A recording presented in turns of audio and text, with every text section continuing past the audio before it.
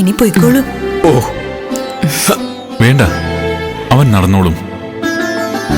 നാവിലുള്ള ദൈവനാമമാണ് ഇവനെ രക്ഷിച്ചത്. അത് കൈവിടാതിരിക്കുക. ഒരുപാട് നന്ദിയുണ്ട്.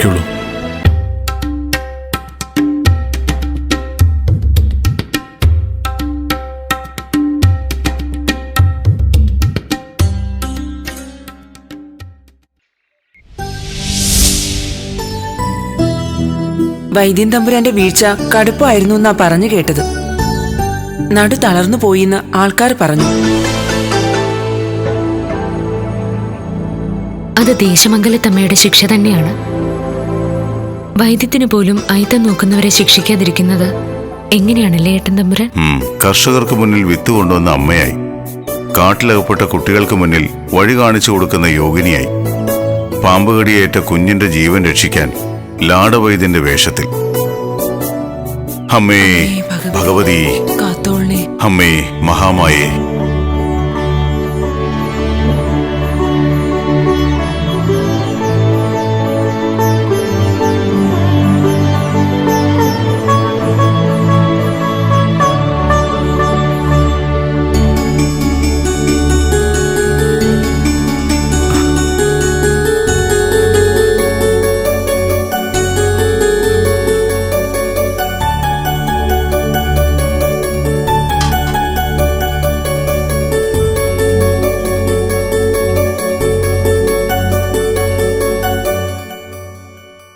തമ്പുരാൻ, ഭഗവതിയുടെ മുഖചൈതന്യം നിത്യേന എന്നോണം കൂടിക്കൂടി വരികയാണ്.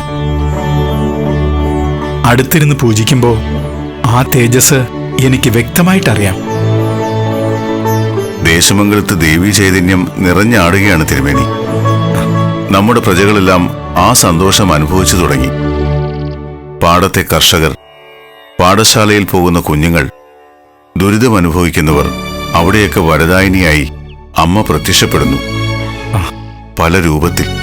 ഇപ്പൊ അങ്ങയ്ക്ക് സന്തോഷമായില്ലേ? ഒരിക്കൽ അങ്ങയ്ക്ക് നേരെ ശാപം ചൊരിഞ്ഞ ദേശമംഗലത്തെ പ്രജകൾ ഇപ്പോഴങ്ങയെ വാഴ്ത്തിപ്പാടുകയല്ലേ? അതിൽ സംശയമില്ല തിരുമേനി. ഏട്ടൻ തമ്പുരാന്റെ നാമം എല്ലാവരുടെ ചുണ്ടുകളിലും ഇപ്പോഴും ഉണ്ട്. തെറ്റ്. തമ്പുരാൻ എന്ന നിലയിലല്ല, ദേവീദാസൻ എന്ന നിലയിൽ അറിയപ്പെടാനേ നാം ആഗ്രഹിക്കുന്നുള്ളൂ. ദേവിക്ക് ഭരണസാരഥ്യമുള്ളൊരു നാട്ടിൽ അതിന്റെ ഒരു കാവൽക്കാരൻ. അങ്ങയുടെ ഈ വിനയം ദേശമംഗലത്തിന്റെ ചൈതന്യം കൂട്ടുകയേ ഉള്ളൂ. നാളുകൾ കഴിയുന്തോറും ദേശമംഗലത്ത് അമ്മയുടെയും തമ്പുരാന്റെയും പ്രസിദ്ധി വർദ്ധിച്ചുകൊണ്ടേയിരിക്കും. അമ്മേ മഹാമായേ.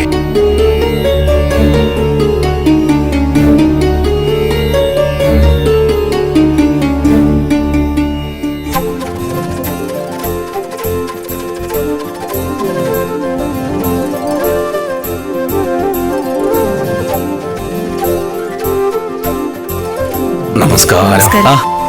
അല്ലയോ സന്യാസ ശ്രേഷ്ഠന്മാരെ, ആവശ്യത്തിനുള്ള ഭക്ഷണവും വെള്ളമുണ്ട്. നിങ്ങൾക്കും ഞങ്ങളുടെ കൂടെ കൂടാം. നിങ്ങളെയൊക്കെ മുമ്പ് എവിടെയോ ഞാൻ കണ്ടിട്ടുണ്ടല്ലോ. ഉണ്ട്. ദേശമംഗലത്തിന്റെ വറുതികാലത്ത് ഞങ്ങൾ നാടുവിടാൻ ഒരുങ്ങുമ്പോ ഞങ്ങൾക്ക് ഭക്ഷണവും വെള്ളവും തന്നത് അവിടുന്നാണ്. ഓ, അപ്പോ പലായനം ചെയ്തവർ മുഴുവൻ തിരിച്ചെത്തിയോ? ഇനിയും അന്യനാട്ടിൽ കഴിയുന്നത് എങ്ങനെ? ഇന്ന് ദേശമംഗലം പോലെ വേറെ ഏത് നാടിനുണ്ട് ഐശ്വര്യം? ദേശമംഗലത്തമ്മ കനിഞ്ഞു. ഇന്ന് ദേശമംഗലം സ്വർഗസമാനമാണ്. നന്നായിരിക്കട്ടെ. സമാധാനവും സന്തോഷവും ദേശമംഗലത്ത് എന്നും വിളയാടട്ടെ. കഴിക്കാനിരുന്നോളൂ. വേണ്ട, ഞങ്ങൾക്ക് ഭക്ഷണത്തിന് സമയമായില്ല. ഞങ്ങൾ ദേശമംഗലത്തമ്മയുടെ തിരുനടയിലേക്കാണ് പോകുന്നത്. ഇന്നത്തെ ഭക്ഷണം അവിടത്തെ പ്രസാദമാകാം. ഇന്ന് ദേശമംഗലത്ത് എവിടെയും നിങ്ങൾക്ക് പോകാം. എല്ലാവരും നിങ്ങളെ ഹൃദയം നിറഞ്ഞ് സ്വീകരിക്കും. വിശിഷ്ടമായ ഭക്ഷണങ്ങളും കിട്ടും. ആയിക്കോട്ടെ, എല്ലാവർക്കും നല്ലത് വരട്ടെ.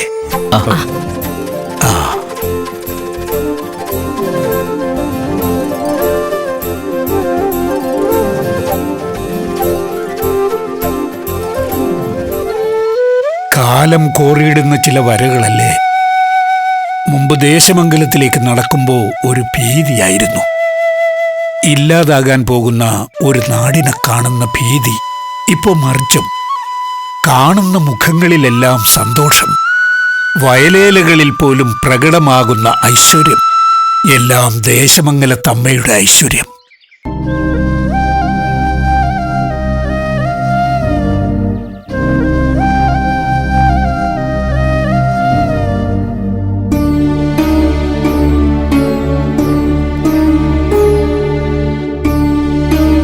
തമ്പുരാട്ടിക്കുട്ടിയുടെ ചിന്തകൾ ഇവിടെ ഒന്നും അല്ലെന്ന് തോന്നുന്നു.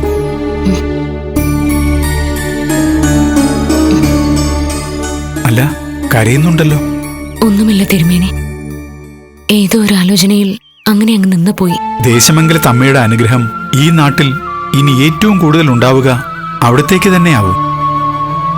പക്ഷെ ഒരു ദുഃഖഭാരം അവിടുത്തെ മനസ്സിലുണ്ട്.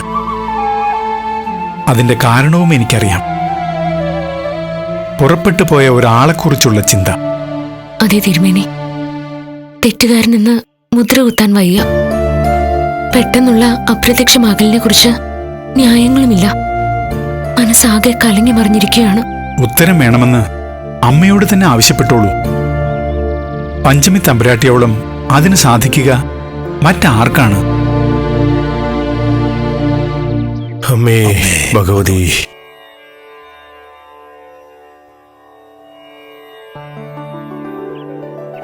നന്നായി വരട്ടെ.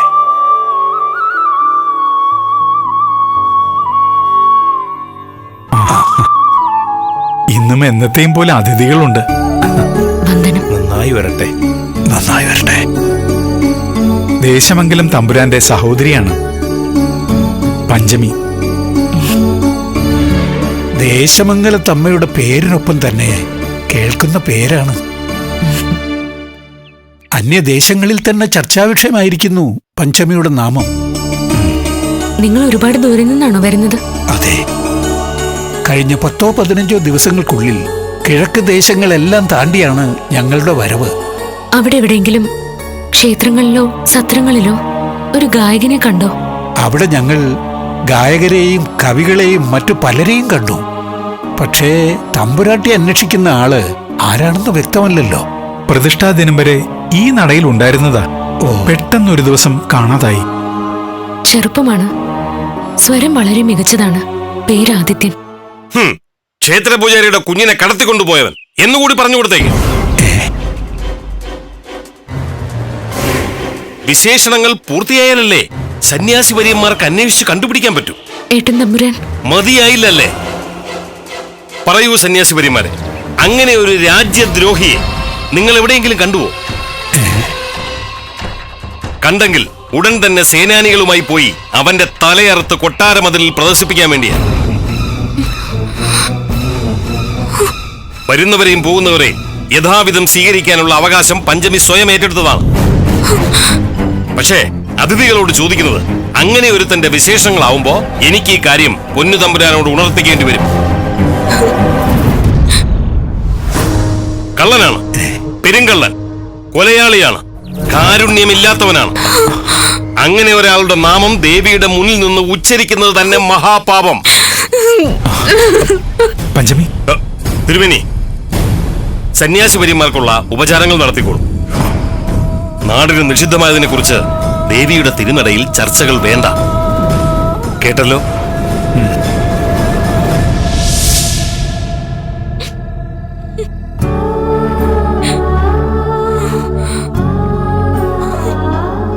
ജ്യേഷ്ഠത്തിയുടെ ഭർത്താവ് ദേഷ്യപ്പെട്ടതിന് ഇത്രയേറെ വിഷമിക്കേണ്ട കാര്യമുണ്ടോ? ഒരർത്ഥത്തിൽ അദ്ദേഹം പറയുന്നതിൽ കാര്യമില്ലേ? അദ്ദേഹത്തെ നല്ലവനായി കാണാൻ പറ്റുന്നത് അനുജത്തിയുടെ മനസ്സിന്റെ നന്മ.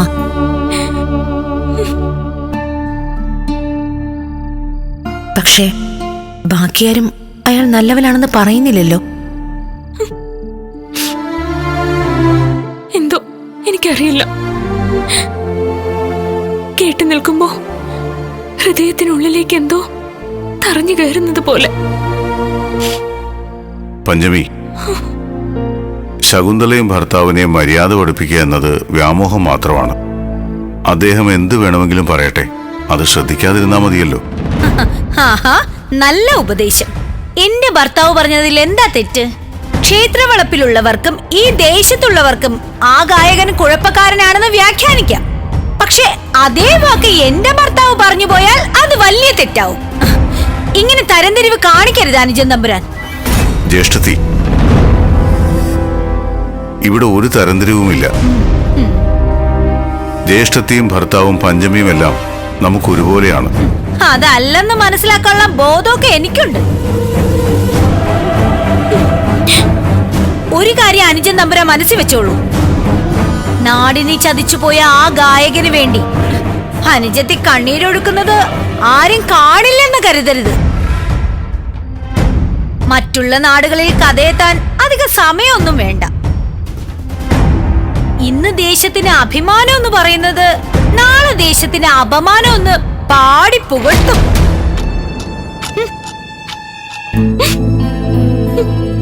വിഷമിക്കേണ്ട. നല്ല മനസ്സുകൾ വേദനിക്കും. നല്ല മനസ്സുകളെ വേദനിക്കൂ. മീനാക്ഷി, പഞ്ചമിക്ക് കൂട്ടിരുന്നോളൂ. ഉറങ്ങിയതിനു ശേഷം വന്നാ മതി.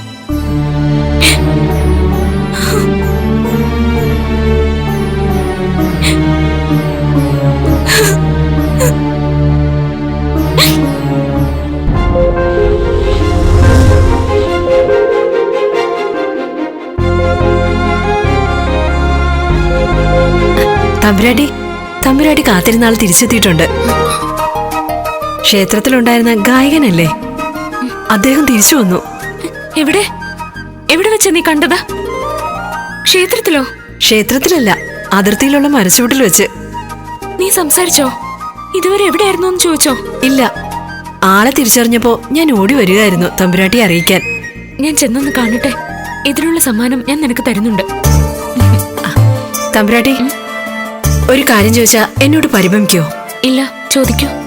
അദ്ദേഹം തിരിച്ചു വന്നു പറഞ്ഞപ്പോ തമ്പുരാട്ടിയുടെ മുഖത്തുള്ള ഈ ഭാവവ്യത്യാസം ഉണ്ടല്ലോ, കാണാതായ ഒരാൾ തിരിച്ചു വന്നതിന്റെ മാത്രമല്ല, വേറെ എന്തോ ഒന്നുകൂടി ഉണ്ടെന്ന് തോന്നുന്നു. വേറെന്താ സീതേ? തൽക്കാലം എനിക്ക് നിന്നോട് വാദപ്രതിവാദത്തിന് താല്പര്യമില്ല. എത്രയും പെട്ടെന്ന് എനിക്ക് അദ്ദേഹത്തിന്റെ അടുത്തെത്തണം.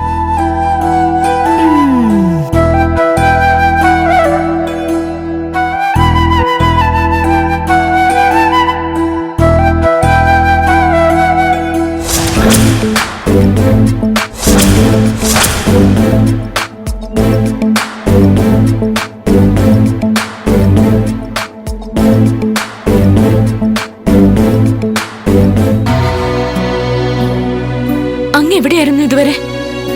എന്തിനാണ് പ്രതിഷ്ഠയുടെ തലേ ദിവസം ഈ ദേശം വിട്ടു പോയത്? പഞ്ചമി, ക്ഷേത്രത്തിലെത്തിയ ആ സ്ത്രീയോടൊപ്പം അങ്ങും കള്ളം കാണിച്ചുവെന്നാണ് എല്ലാവരും വിശ്വസിക്കുന്നത്. കൊട്ടാരക്കെട്ടിൽ അങ്ങേക്ക് വേണ്ടി തർക്കിച്ചത് ഞാൻ ഒരാൾ മാത്രമാണ്. പറയൂ, ക്ഷേത്രത്തിൽ നിന്നും കുഞ്ഞിനെ തട്ടിക്കൊണ്ടുപോയ മാധുവിനൊപ്പം അങ്ങേയും കണ്ടുവെന്ന് ഒരു വഴിയാത്രക്കാരൻ എന്നോട് പറഞ്ഞു. ഞാനത് ഇതുവരെ ജ്യേഷ്ഠൻ തമ്പുരാനെ അറിയിച്ചിട്ടില്ല. അറിയിച്ചിരുന്നുവെങ്കിൽ അങ്ങയെ കണ്ടുപിടിച്ച് കൊല്ലുവാൻ ഉത്തരവിടുമായിരുന്നു. പറയൂ, വഴിയാത്രക്കാരൻ പറഞ്ഞത് സത്യമാണോ? സത്യമാണ്. അന്ന് രാത്രി കുഞ്ഞിനെ കൊണ്ടുപോയ മാധുവിനോടൊപ്പം ഞാനും ഉണ്ടായിരുന്നു. അത് സത്യമാണ്. പക്ഷെ അത് വേണ്ട, ഇനി ഒന്നും എന്നോട് പറയണ്ട. ഈ ഒരു വാക്കിനപ്പുറത്ത് ശപിച്ചു പോകും ഞാൻ. എങ്ങനെ മനസ്സ് വന്നു ഇതിനൊക്കെ? ഞാൻ പറയുന്നതൊന്നും മനസ്സിലാക്കൂ. വേണ്ട, ഒന്നും പറയണ്ട. ദേശമംഗലത്തെ ജനങ്ങൾ വിഡ്ഢികളല്ല. ശത്രുവിനെ കണ്ടാൽ കൈകാര്യം ചെയ്യാൻ അവർക്ക് മടിയുമില്ല.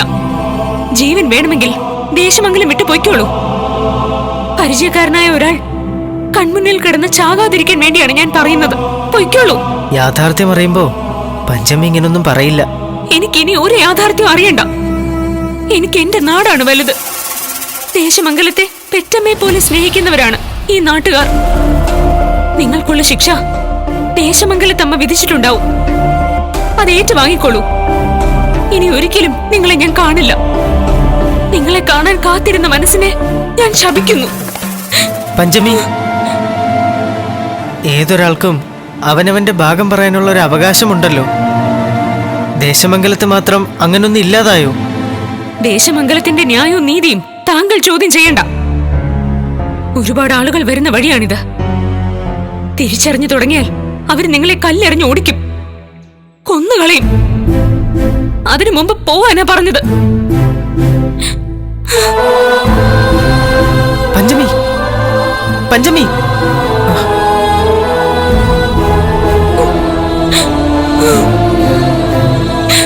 ദേവി മഹാമായെ, ഞാൻ ചെയ്തത് തെറ്റാണോ?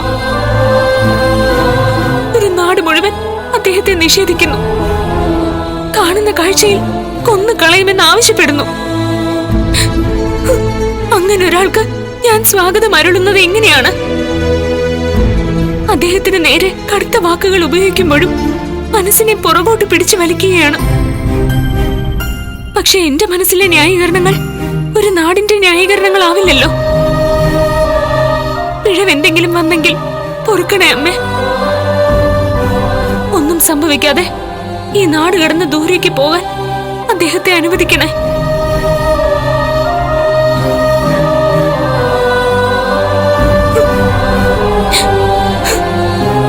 തമ്പുരാട്ടിക്കുട്ടി, ആദിത്യൻ തിരിച്ചു വന്നു തിരുമേനി. അറിഞ്ഞു. പക്ഷേ ചെന്നുപെട്ടത് അപകടത്തിലേക്കാണല്ലോ. അയ്യോ, എന്തു പറ്റി? ശിവശങ്കരൻ തമ്പുരാനും സേവകരും അദ്ദേഹത്തെ കണ്ടെത്തി കഴിഞ്ഞു. വഴിവക്കിലിട്ട് അതിക്രൂരമായി മർദ്ദിക്കുകയാണ്. കണ്ടിട്ട് സഹിക്കാനാവുന്നില്ല. എന്റെ ദേവി! തടയാനൊരു ശ്രമം ഞാൻ നടത്തി നോക്കി. പക്ഷേ അവരാരും കേൾക്കുന്നില്ല. തമ്പുരാട്ടിക്കുട്ടിക്ക് പറ്റുമെങ്കിൽ തമ്പുരാനോട് അപേക്ഷിച്ച് അദ്ദേഹത്തിന്റെ പ്രാണനെങ്കിലും രക്ഷിക്കൂ. അമ്മേ ഭഗവതി, ആ സാധുവിനെ കാത്തുരക്ഷിക്കണേ. അരുതായ്മകളൊന്നും അവിടുത്തെ മണ്ണിൽ സംഭവിക്കാതെ കാത്തുകൊള്ളണേ ദേവി. അമ്മേ.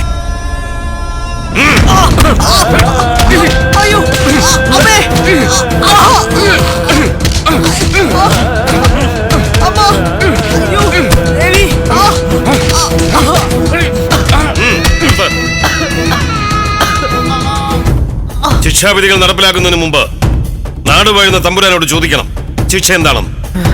എന്നാൽ ഞാൻ അതിന് ഒരുക്കമല്ല. കാരണം നീ ഒരു ദേശദ്രോഹിയാണ്. ഒരു ദേശദ്രോഹിക്കുള്ള ശിക്ഷ കാണുന്ന മാത്രയിൽ തന്നെ ജീവൻ എടുക്കുക എന്നുള്ളതാണ്. തമ്പുരാനെ, അടിയനൊന്നും ചെയ്യരുത്. എന്താണ് സംഭവിച്ചതെന്ന് പറയാനുള്ള അവകാശം അടിയന് നിഷേധിക്കരുത്. മിണ്ടരുത്. ദേശമംഗലത്തിന്റെ മണ്ണിലേക്ക് നീ വന്നത് തെറ്റ്. ക്ഷേത്രവളപ്പിൽ കാലുകുത്തിയതും കുഞ്ഞിനെ കൊണ്ടുപോയതും അതിലും വലിയ തെറ്റ്. ഇതിനെല്ലാം ചേർത്ത് നിന്റെ വിചാരണയും വിധിയും ശിവശങ്കരൻ നടപ്പിലാക്കും. ഇപ്പോ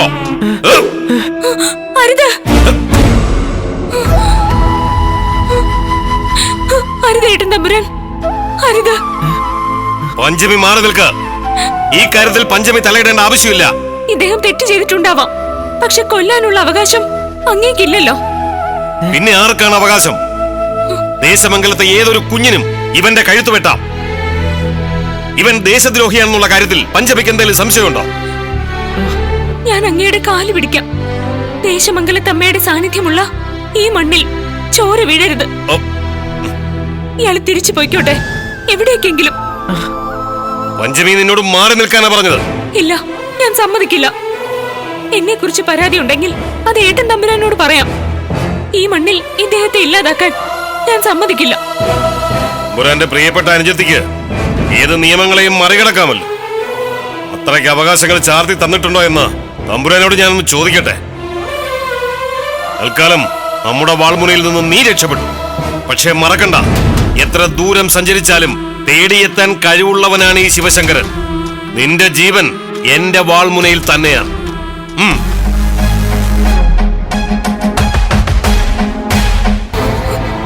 ഇവിടുന്ന് പോകാൻ ഞാൻ ആവശ്യപ്പെട്ടതല്ലേ? അനുസരിച്ചാൽ എന്തായിരുന്നു? സത്യം ബോധിപ്പിക്കാനാവാതെ എനിക്കിവിടം വിട്ടു പോകാനാവില്ല. എന്ത് സത്യം? ഇവിടെ ഇനി നിങ്ങളുടെ വാക്കുകൾക്ക് വിലയില്ലെന്ന് പറഞ്ഞില്ലേ? ഇത് ദേശമംഗലത്തമ്മയുടെ മണ്ണല്ലേ? ദേശമംഗലത്തമ്മ എന്ന് പറയുന്നത് ദിവ്യശക്തിയല്ലേ? ആ മണ്ണിൽ ഒരാൾക്ക് അയാളുടെ അവകാശങ്ങൾ നിഷേധിക്കാൻ പാടുണ്ടോ? ശിവശങ്കരൻ തമ്പുരാനല്ല, സാക്ഷാൽ പൊന്നു തമ്പുരാൻ എന്റെ തലയ്ക്ക് വില പറഞ്ഞാലും സത്യം വിളിച്ച് പറഞ്ഞേ പറ്റൂ.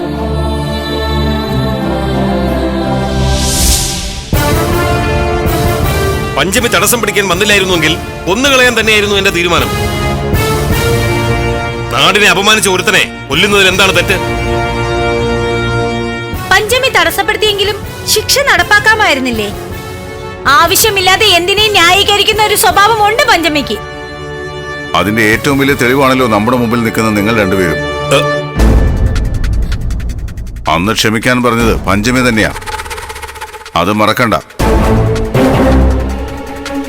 അയാളെ കാണാതായ അന്നു മുതൽ അയാളെ തെറ്റുകാരനായിരിക്കില്ലെന്ന് പഞ്ചമി ഉറച്ചു വിശ്വസിക്കുന്നുണ്ട്. പഞ്ചമിയുടെ തോന്നലുകളൊന്നും തെറ്റാറില്ല. അപ്പൊ തെറ്റുകാരൻ ഞാനാണ്, എന്റെ കൂടെ വന്ന ആൾക്കാർ എന്നല്ല ഞാൻ പറഞ്ഞത്. അനുജത്തെ ഒരു കാര്യം മനസ്സിലാക്കിക്കൊള്ളുക, ഞങ്ങളുടെ ശിരസിൽ പാപഭാരം ഉണ്ട് എന്ന് കരുതി കൂടുതൽ ആക്ഷേപിക്കരുത്. ഒരിക്കൽ ക്ഷമിച്ചു എന്ന് പറഞ്ഞാൽ പഴയതൊക്കെ മറന്നു എന്നല്ല അതിനർത്ഥം. എന്നിട്ടും ഇടയ്ക്കിങ്ങനെ കുത്തി നോക്കിയെന്ന് വെച്ചാൽ സാരമില്ല ശകുന്തളെ.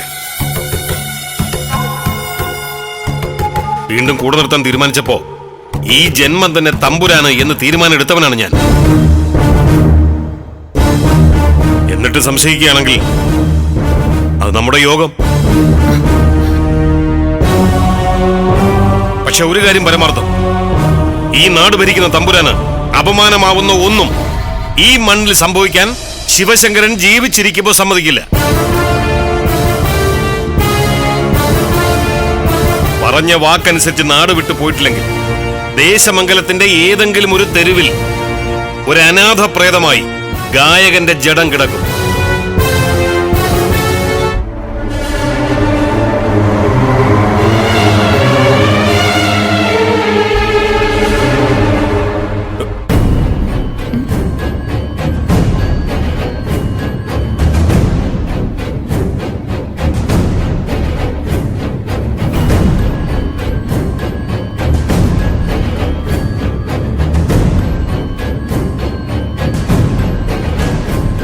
എന്താ പഞ്ചമി, നിന്റെ ധിക്കാരം തമ്പുരാന്റെ മുന്നിലേക്ക് വായോ? നാട് വിട്ടു പോകാൻ കൽപ്പന കൊടുത്തവനെ തിരിച്ചു കൊട്ടാരത്തിലേക്ക് കൂട്ടിക്കൊണ്ടുവന്നതിന്റെ ഉദ്ദേശം എന്താണ്? നമ്മെ അപമാനിക്കുകയാണോ നിന്റെ ഉദ്ദേശം? ഏട്ടൻ തമ്പുരാൻ ക്ഷമിക്കണം. കൈപിടിച്ച് മുമ്പിലേക്ക് കൊണ്ടുവന്നത് അഹങ്കാരം കൊണ്ടല്ല, അന്ധത മൂലം ഇദ്ദേഹത്തിന് തനിയെ നടക്കാൻ പറ്റാത്തതുകൊണ്ടാണ്.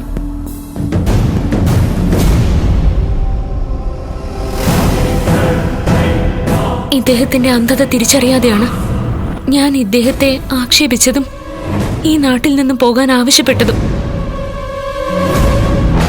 വിശ്വസിക്കരുത് തമ്പുരാൻ. മുമ്പ് ദേശാടനക്കാരനായി കയറി വന്നതുപോലെ ഇപ്പോ അങ്ങയുടെ കോപം ശമിപ്പിക്കാൻ അന്ധത മടിച്ചും കയറി വന്നതായിക്കൂടെ? അങ്ങൊന്ന് ശാന്തനാകൂ. പറയാനുള്ളത് ഇദ്ദേഹത്തിന്റെ നാവിൽ നിന്നും കേട്ടു നോക്കൂ. പറയൂ ആദിത്യൻ, അന്ന് രാത്രി ആരോടും ഒരു വാക്കുപോലും പറയാതെ ഈ ദേശം വിട്ട് നിങ്ങൾ എവിടേക്കാണ് പോയത്? പറയാം തമ്പുരാൻ. ക്ഷേത്രത്തിൽ ആട്ടവും പാട്ടും നടന്നുകൊണ്ടിരിക്കുകയായിരുന്നു. ക്ഷേത്രത്തിലുണ്ടായിരുന്ന മാധു തിരുമേനിയുടെ കുഞ്ഞിന്റെ തൊട്ടിലിനടുത്തേക്ക് നീങ്ങുന്നത് കണ്ടു. എന്താണ് കാര്യമെന്നറിയാൻ ഞാൻ അവരെ പിന്തുടർന്നു. അപ്പോൾ ഞാൻ കണ്ടത് ആരും അറിയാതെ അവരെ കുഞ്ഞിനെ എടുത്ത് ക്ഷേത്രത്തിന് പുറത്തേക്ക് ഓടുന്ന അവരെയാണ്. ഒട്ടും ശങ്കയില്ലാതെ ഞാനും അവർക്ക് പിന്നാലെ പാഞ്ഞു.